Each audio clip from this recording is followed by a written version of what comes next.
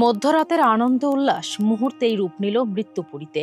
১৩ জুলাই মধ্যরাতে থাইল্যান্ডের রাজধানী ব্যাংককের চাতুজাক এলাকায় জনপ্রিয় বার রয় বিয়ার না লাটফারাওয়ে ভয়াবহ অগ্নিকাণ্ডে অন্তত ২৭ জনের মৃত্যু হয়েছে। নিহতদের মধ্যে ৯ জন পুরুষ এবং ১৮ জন নারী। এছাড়া ৬০ জনেরও বেশি মানুষ হাসপাতালে চিকিৎসাধীন, যাদের মধ্যে ৮ জনের অবস্থা আশঙ্কাজনক।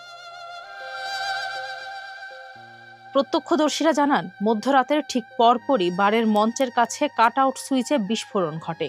মুহূর্তে পুরো বারটি অন্ধকারে ডুবে যায় এবং বিষাক্ত ধোঁয়ায় আচ্ছন্ন হয়ে পড়ে। আতঙ্কে হুড়োহুড়ি শুরু হলে জরুরি বহির্গমন পথগুলো বন্ধ থাকায় অনেকেই ভবনের পেছনে টয়লেটের ভেতরে আশ্রয় নেন এবং সেখানেই দম বন্ধ হয়ে মারা যান। ব্যাংককের গভর্নর চাটচাট সিত্তিপুন্ট ঘটনাস্থল পরিদর্শন করে জানান, ভেতরের দাহ্য সাজসজ্জার কারণেই আগুন দ্রুত ছড়ায়। এছাড়া টেবিল বসিয়ে ফায়ার এক্সিটগুলো বন্ধ রাখার মতো মারাত্মক গাফলতির তথ্যও মিলেছে। দমকল কর্মীরা আধা ঘন্টায় আগুন নিয়ন্ত্রণে আনলেও ততক্ষণে সব পুড়ে ছাই হয়ে যায়। ঘটনার সুনির্দিষ্ট কারণ জানতে পুঙ্খানুপুঙ্খ ফরেনসিক তদন্ত চলছে বলে জানিয়েছেন থাই প্রধানমন্ত্রী অনুতিন চার্নভিরাকুল। ফারজানা হাসিন, মানবকণ্ঠ।